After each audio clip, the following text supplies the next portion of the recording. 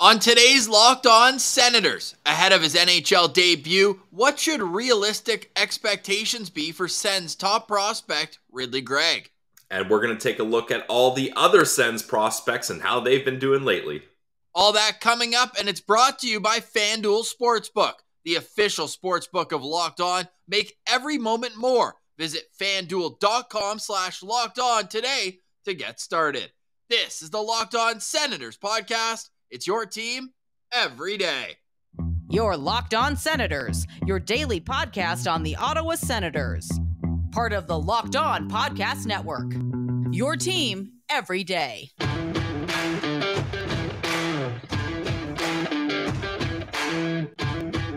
I'm Jake Sanderson, and you're listening to Locked On Senators podcast. I'm Tim Stützle, and you're listening to the Locked On Senators podcast. Welcome inside episode 720 of the Locked On Senators podcast. I'm Ross Levitan on the outskirts of enemy territory in Winnipeg, Manitoba, alongside Brandon Piller up in the Blue Mountains. And tomorrow we get to see Ridly Greig play in an NHL game. We'll talk about expectations for him and a whole lot more, including Bob McKenzie's latest 2023 draft rankings. But we have to start today's show on a somber note. The news came out this morning that Senators Assistant Coach Bob Jones has been diagnosed with ALS. Now, this is obviously a devastating hand that he's been dealt, but I just want to commend him for going public to try to raise awareness and more money for research and to try to alleviate the future of this awful disease. Yeah, definitely our thoughts are with Bob Jones and the Jones family, and this is a huge deal. I'll be honest, Ross, I didn't really know a lot about ALS, and that just goes to show that there needs to be more awareness about it, and what the Jones family is trying to do is a really commendable thing. So the family has asked that you consider contributing to ALS Society of Canada and the Juvenile Diabetes Research Foundation, as ALS is a very, very serious disease, and we're hoping all the best for Bob Jones. Thankfully, though, Ross, he's able to keep on doing his coaching duties, and the Ottawa Senators have kind of told him, hey, look, do this at your own pace, right? Like, if you're feeling great, we want you here. You're welcome here, obviously, but if you need to take any time off here or there, however many days, do what you got to do. You have our full support. So I think that's the right way to handle that. And I mean, there's still it's not kind of all doom and gloom. There's still a lot of positives, and hopefully with a lot of help and support, Jones can get through this in a good way. Yeah, so ALS is often commonly referred to as Lou Gehrig's disease, named after the New York Yankees baseball player who was forced to retire in the late 30s due to the disease. It's a progressive disease that destroys nerve cells in the brain and spinal cord, so it controls muscles throughout the body. So when they die, the brain can no longer send impulses to muscle fibers, and that really affects muscle movement.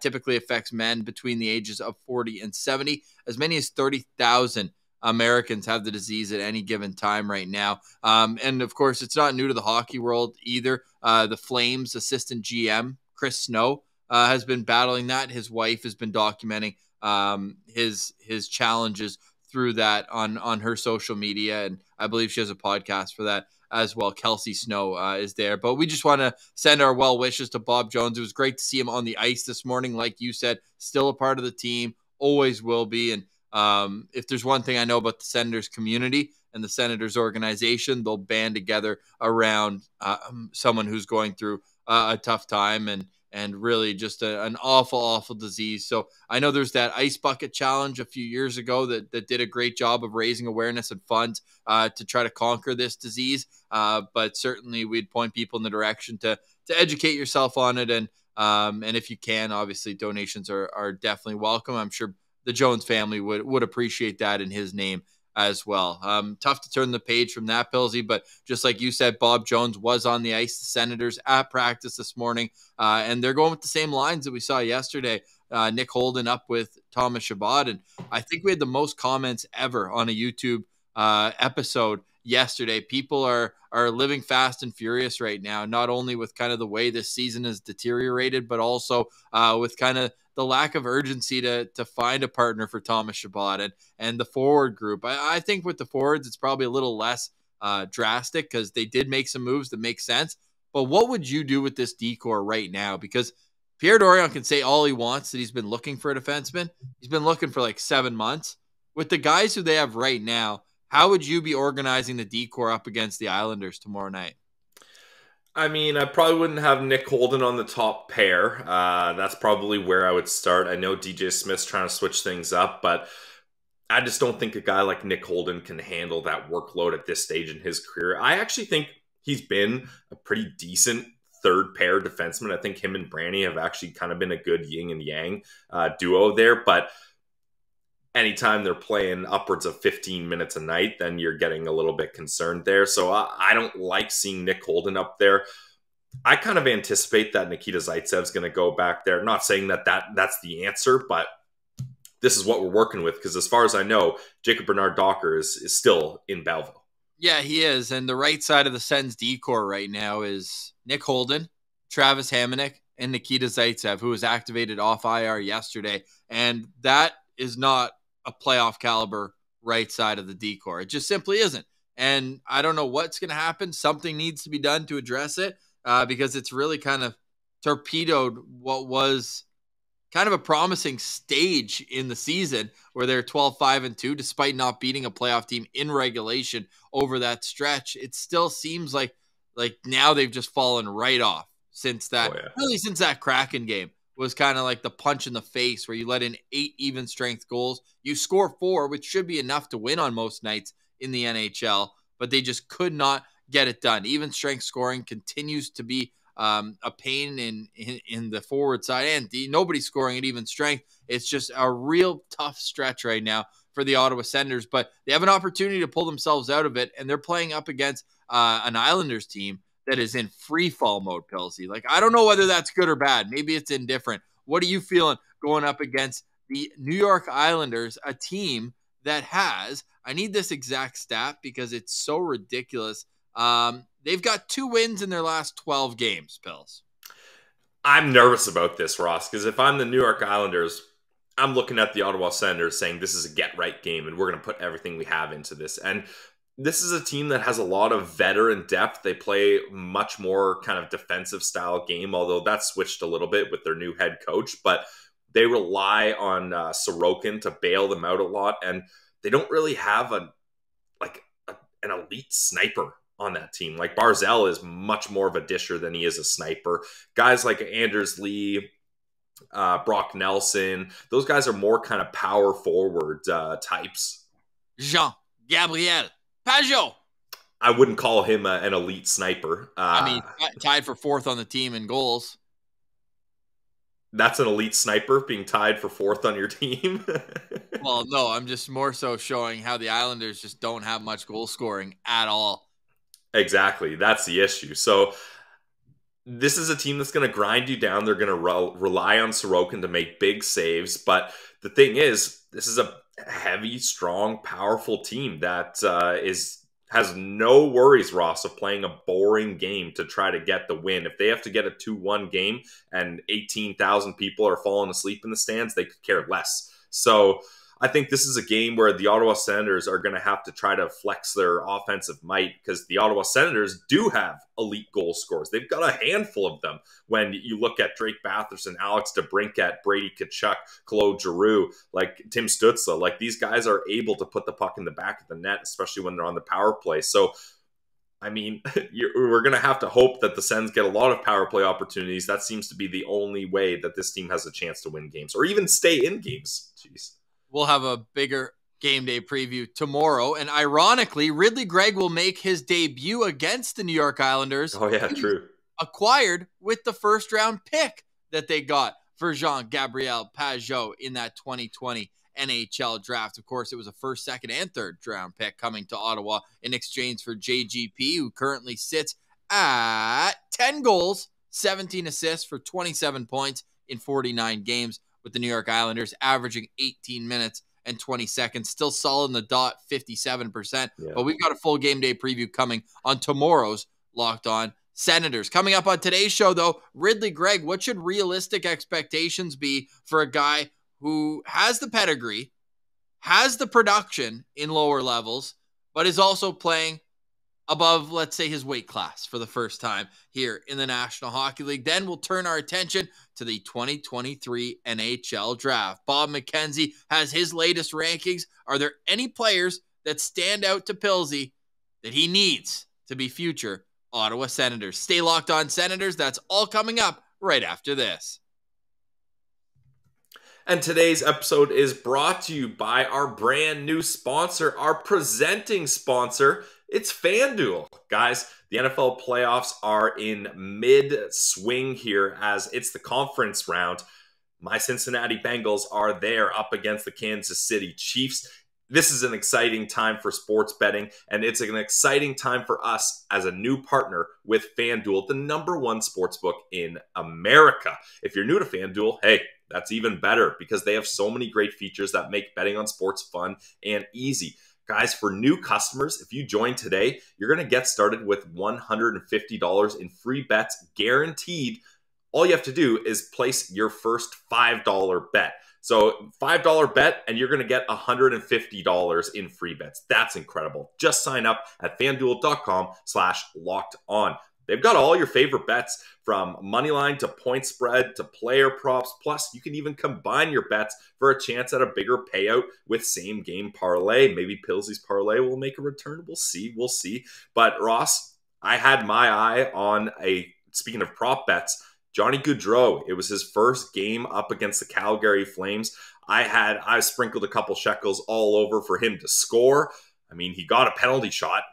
I was on the edge of my seat for that one because I had some action on it, and I had some shekels on him to get more than 2.5 shots, which he did. So that was a hit for me, and everything is all on an app. It's nice and easy. It's safe. It's secure, easy to use. So sports fans, don't miss out. Like I said, place $5 bet to get $150 in free bets, whether you win or lose. That's the bonus there at FanDuel.com/lockedon. Make every moment more with FanDuel, official sportsbook partner of the NFL.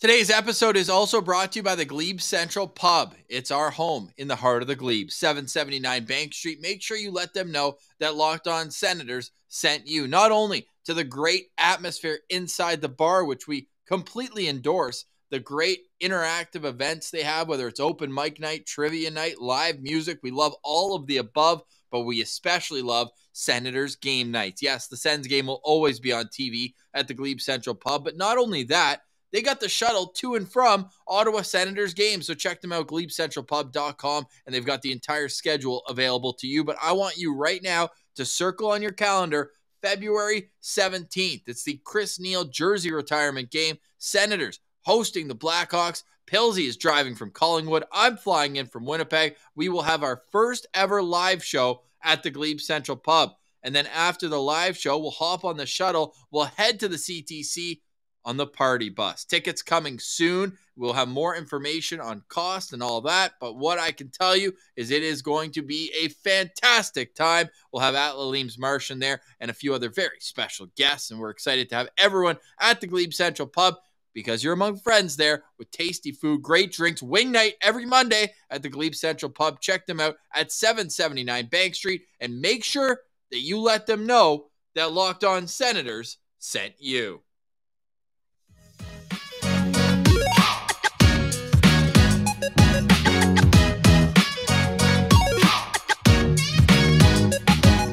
All right, Pilsy, we got stick taps to give away. Craig Anderson has played his 700 NHL game. That's almost one for every episode of Locked On Senators that we've done. And, I mean, not to disrespect ourselves, but it might be a little tougher to play in 700 NHL games. 5th all-time by an American goaltender. Now, it might be hard for him to get to 4 because that guy's still active too. Jonathan Quick kicking out saves left and right. Yeah. But 5th all-time. There's been a lot of American goalies. That's pretty impressive. Yeah, that's incredible for Craig Anderson. And Ross, it's not like he's just there playing games. Like, he's not just racking up the games played. He's having a hell of a season. I mean, he's in the top 10 in save percentage in the league, sitting at a .918. Man, would that be nice to have for the Ottawa Senators? Jeez. Yeah, got the overtime win in Dallas last night, a 3-2 OT win. Owen Power with the winner there. Did you see that goal, Ross? It was a beauty. First career NHL goal for him, right?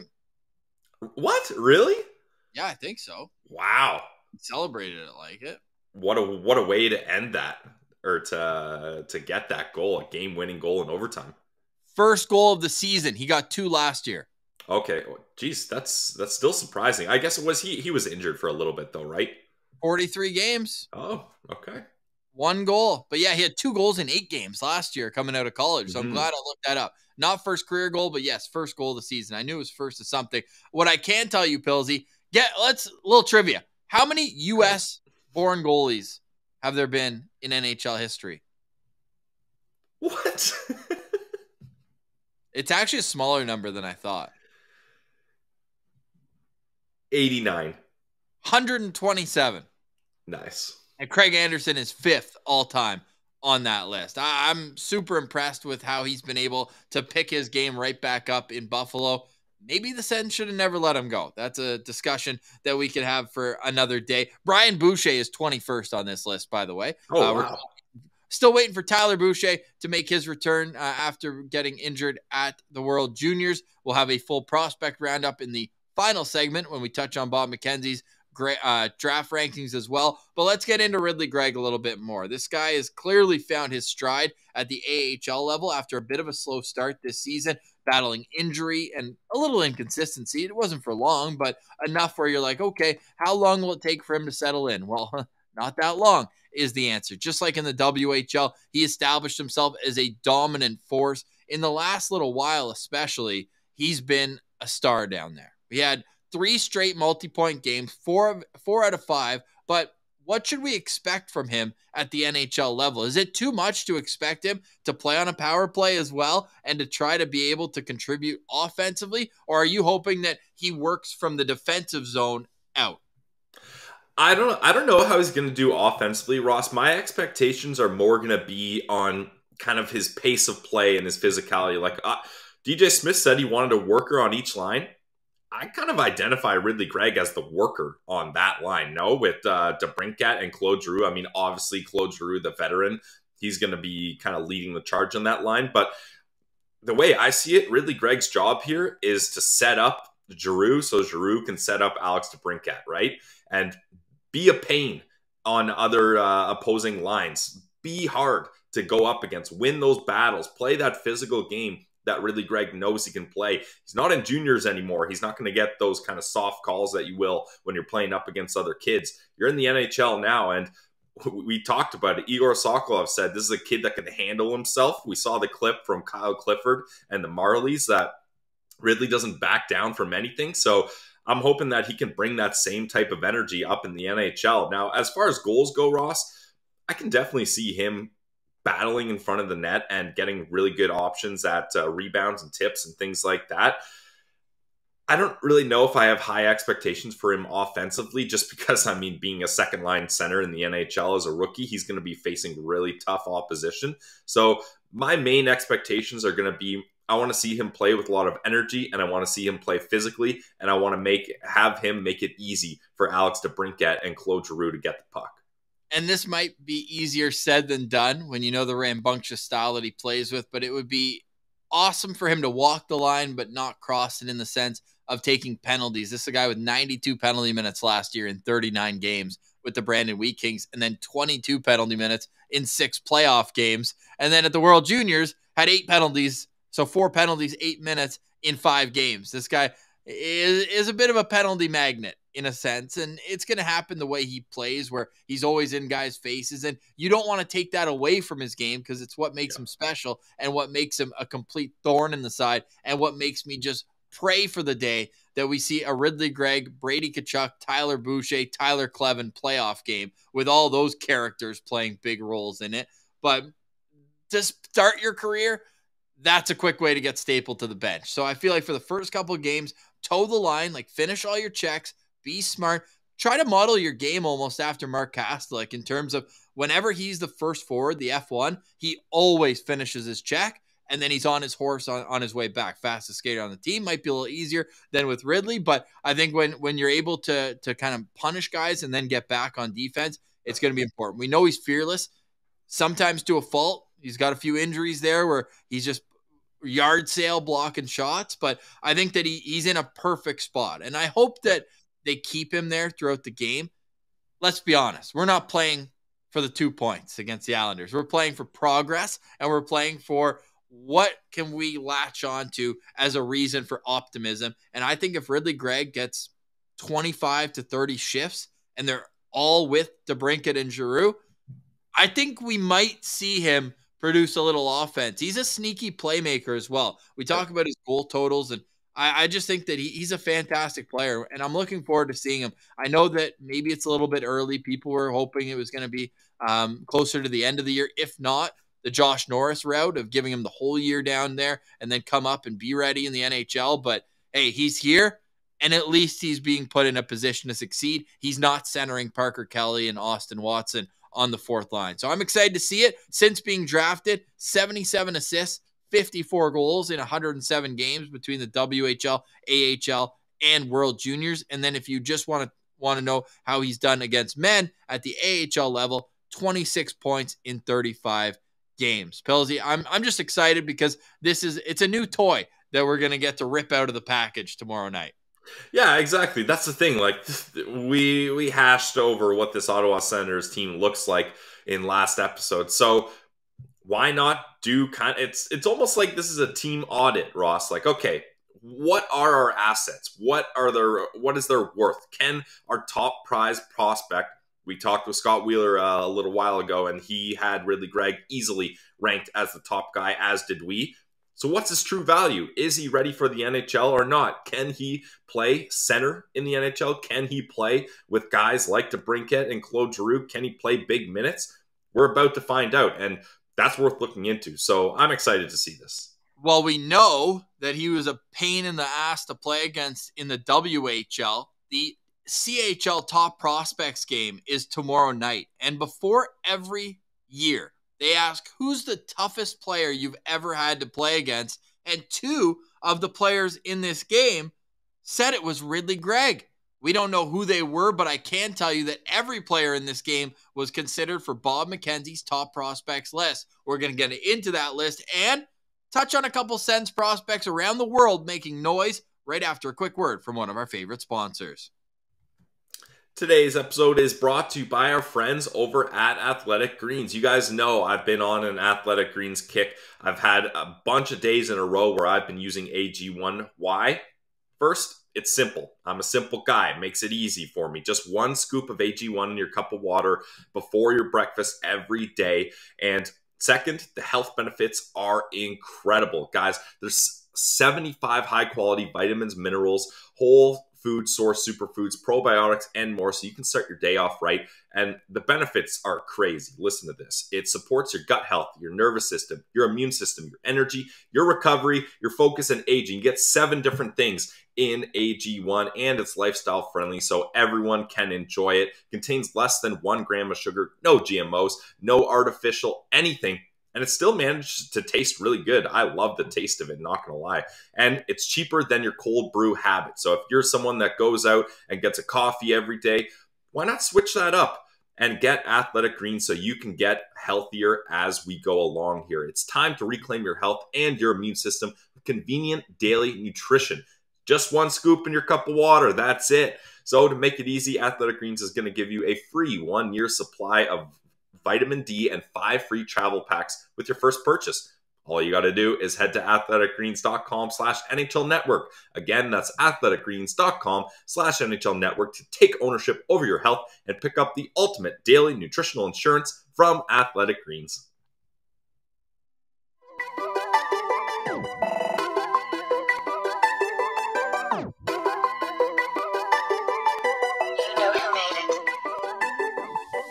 All right, Pilsy. Draft talk coming up. in just a second. It is good to start learning the players' names at least and who some potential Sens fits might be. Bob McKenzie, it's always just great to hear from him. We saw him at the World Juniors, of course, in semi-retirement now, but when he speaks, everyone in the hockey world listens. I would be inclined, if available at the FanDuel Sportsbook, to say that every single NHL general manager opened up Bob McKenzie's draft rankings. Would you think that's accurate?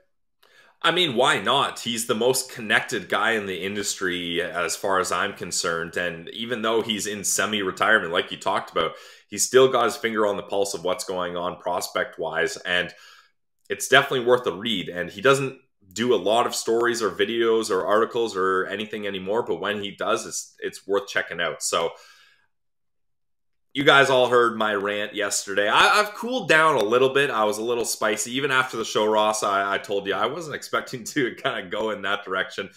I don't know what happened there. Yeah, I blew a fuse. Like, I just started talking and I was like, oh my God, this is so bad. And then it just kept building and building and I just let it all out. So hopefully you guys enjoyed me completely unraveling. I'm calmed down now. I understand this is the Ottawa Senators. So we're not going to be that drastic today. My favorite was at Common Sens Rev on Twitter saying positive Pilsey's alter ego makes an appearance. Yeah, I don't. We'll have to think of a P word that we can substitute there. Perilous, is that a word? Pessimistic. Pessimistic, yes, pessimistic Pilsey. That's probably the one right there. So, yeah, Pissy Pilsey. Yeah, look out. But the thing is, Pilsey. No, hey, keep it clean. This is a family show, not getting off the rails here. Provocative? Doesn't provocative, isn't that meaning like using swear words and offensive language? Word of the day, provocative. Causing annoyance, anger, or another strong reaction, especially deliberately. Oh, okay. So yes, that's very appropriate. I learned so many new words with word of the day. There's a second definition. What's the second definition? You asked. Arousing sexual desire or interest, especially deliberately. Okay, yeah. I was not trying to arouse anyone with my rant about how the Ottawa Senators are absolute garbage and there's no hope and they need to trade everyone for draft picks. If that arouses you... Well, actually, if that arouses you, you would have loved the last 719 episodes we've been doing. So maybe that's okay. Yeah. So what's a Sens prospect in the world right now that's getting you back to your positive Pilsey moniker? I mean, there's a lot of really good prospects that we have in the system, which is great to know. You know what, Ross? I'll go with your neck of the woods, Winnipeg. Zach Ostapchuk. A goal and an assist on Sunday, and he was named the second star. He's on a 4-game point streak, courtesy of our friend over at Sens Prospects on Twitter. So, I mean, he's fitting into Winnipeg pretty nicely there, eh, Ross? When are you heading out to your first ice game? That's got to be penciled on the calendar soon. Yeah, you know what? I was going to go on Sunday night. I would have been there for that Ostapchuk game, but, man, these 4 a.m. weekend shifts are killing me. Nobody cares, but at the same time, it's the only reason why I haven't been out there. I will soon, though. I've been looking at their schedule. A little tough to find time, but I will make it work here coming up soon. Hey, the closer we get, this is a playoff team, right? Like we know.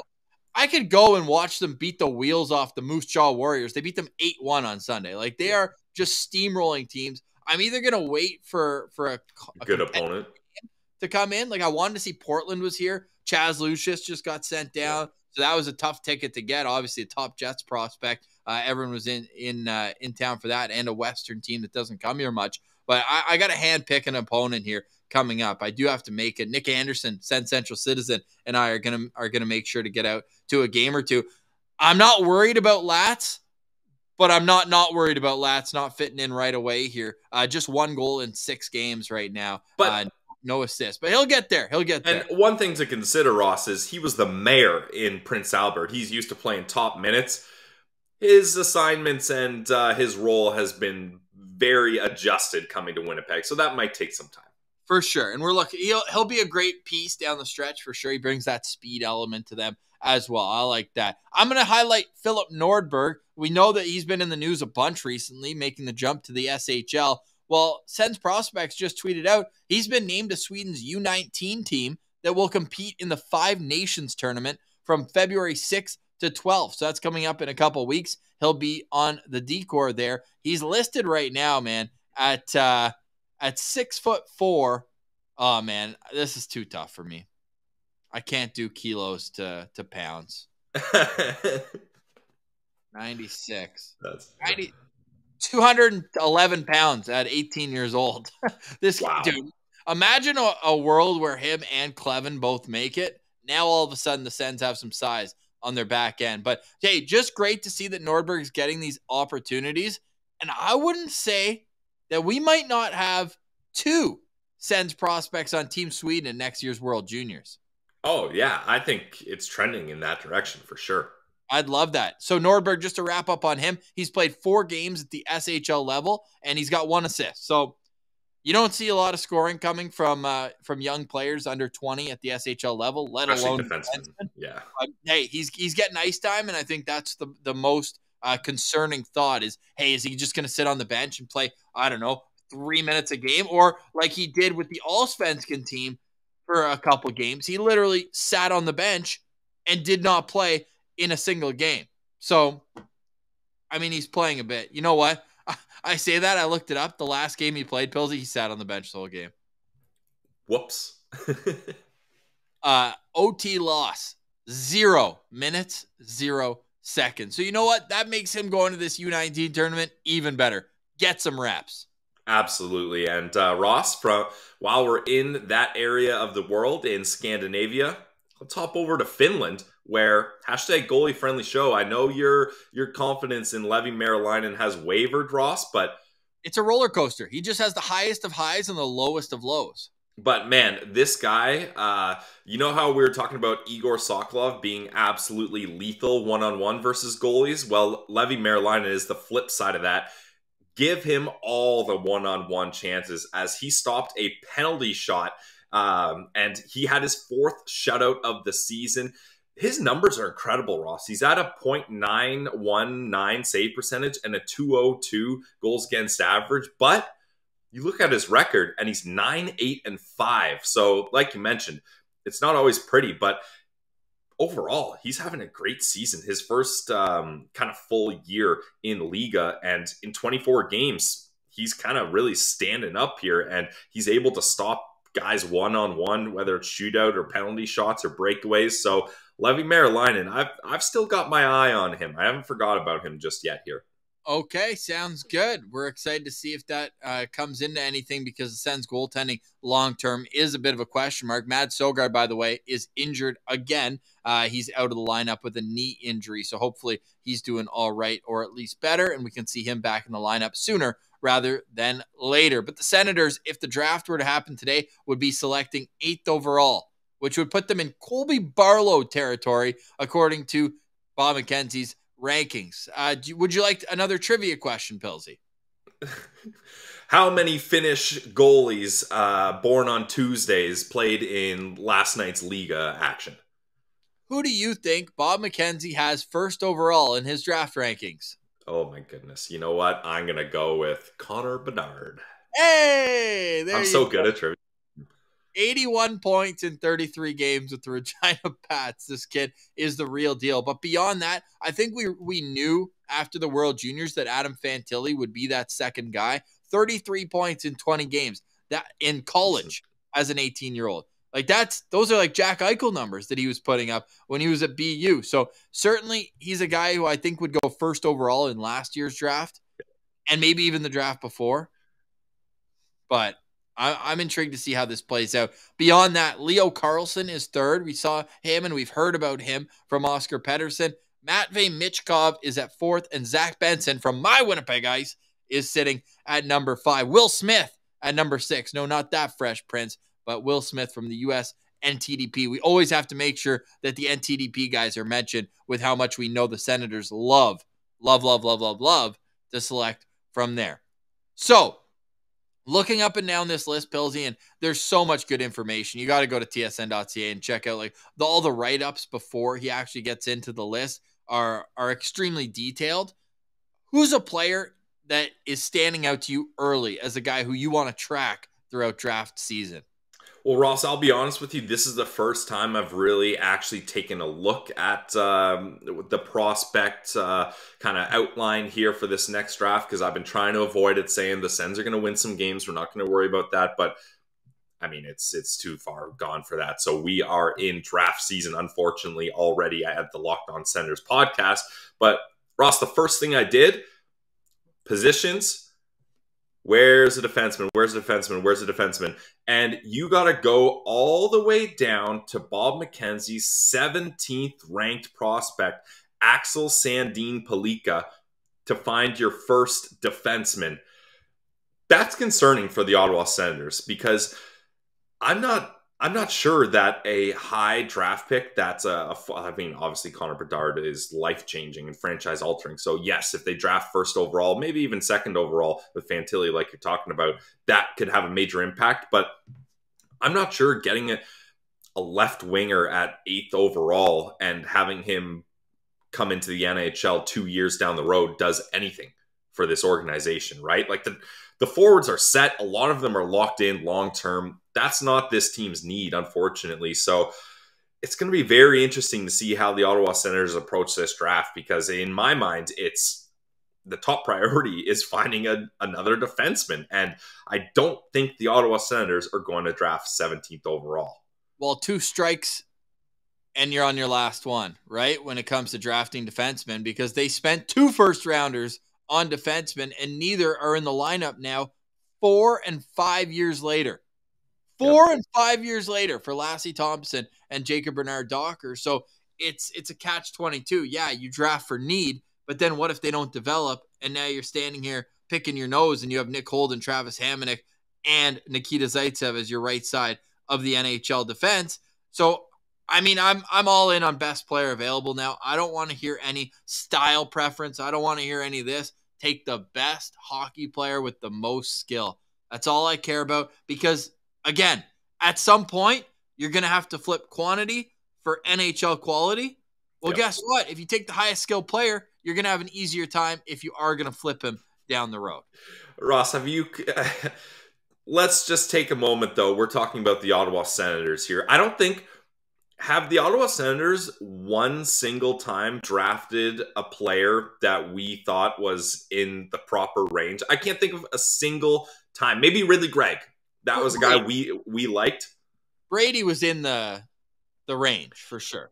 Yes, but I mean, all you have to do is go back to that tweet of the Ottawa Senators drafting Brady Tkachuk at 4th overall, and that was not the choice everyone thought at the time was the correct choice. Obviously, in hindsight, it's a franchise-changing move. The face of the franchise, an absolute beauty, the captain, but it never works out that way. Like, they're going to be picking someone we're not expecting, and for better or for worse, in Trent Mann we trust, but it's never as simple and cut and dried as, okay, this is the best player available from consensus, like online reports. The Sens are going to take him.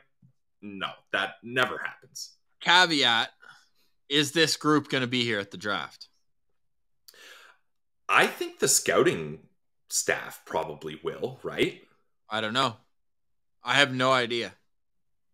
Yeah, that exactly. That is going to be interesting. That's for sure. Yeah, but it's someone new running the draft, or is Trent Mann just wearing an extra hat? Yeah, I think to change over your scouting staff at this point in time would be a very interesting move for new ownership to do. So that's a good question, though. That's definitely something that is going to be looked at here. Well, because I'm just thinking, and you look at it, like, who's the chief amateur scout right now? I don't know if they have one. Jim Clark's the chief professional scout, according to their website. They have a chief European scout. They have an NCAA recruiting coordinator and a professional scout there in Steve Sterling. But I guess it's still Trent Mann. That's kind of my understanding, is they gave him a new title with similar kind of jobs, and maybe that just gives him a increased salary, and I mean, obviously, it looks great on your resume going forward here. So I don't know, to be honest. Yeah, I think it's really interesting though what's going to happen with the draft this year for the Ottawa Senators, and we'll have plenty of time to dissect it. The highest ranked Ottawa 67s player comes in at middle of the second or middle of the third round even, which I was a little surprised at here. Almost back-to-back. Luca Pinelli at 71st overall, and then Brad Gardner at 73rd overall on this list. But Pilsy, may I direct your attention, please, drum roll, to honorable mentions. Not only Roby Järventi's brother, Emil Järventi. Oh, yeah. If you scroll down a little bit further, there's a 6'5", 222-pound defenseman from Chicoutimi. Matteo Mann, Trent Mann's kid, is in the draft this year. That's very interesting. I mean, we saw Jorian Donovan drafted, not just because of nepotism there, but the Senators liked him anyways. And Ross, while we're on this topic, we'd be remiss to say, I was saying, looking at defensemen, Oliver Bonk, ranked 30th in Bob McKenzie's prospect ranking here. That's very interesting. All right, couple names to keep an eye on as the draft season approaches. You know we are your home, all things NHL draft, leading up 5 days a week up till the draft. We'll have our top 64 like we did last year, and we'll see if the Sens take anybody on our list, because last year they didn't, but it still makes the draft a lot more enjoyable. We feel like when we have player profiles on each different guy, we'll put those up separately on our YouTube. Heck, all of our last year ones are still up there. If there's a player that's caught your attention over the last while, you can always go and relive those highlights and lowlights or kind of progression of those players. We saw a little boost at the World Juniors. People are like, Yuri Kulich, who is this guy? This guy's unreal. Liam Bixell? Oh, man. So those are always available for you on demand, as are all of our interviews, and we place them in easy-to-find playlists. So if you're ever kind of looking for Sens content or draft content, whatever it is, we can be that for you. Locked On Senators on YouTube, wherever you get your podcast audio form as well. Pilsy, any final thoughts on today's show? I feel like we're just kind of teeing up tomorrow's game. Long break between games after 3 and 4. Then you get 3 days off, Sunday, Monday, Tuesday. But I'm excited for a game. I'm excited to see Ridley Greig. We'll have a full game day preview tomorrow. The Islanders ruined Alfie night in November. So revenge is a dish best served cold, and a dish best served against a team who's struggling right now, and that's the New York Islanders. So I don't know if we already want to turn the page and talk about how the Sens are playing spoiler, but the Islanders were sitting in the final wildcard spot, and they're kind of losing grip on what would have been playoffs. So I'm interested in tomorrow night's game. Yep, it's going to be interesting for sure. Final thoughts for me. I know we started the show off this, but again, thoughts and prayers to the Jones family. I mean, this is a big deal, ALS, and I think it's great that their first kind of message is, hey, let's get awareness out.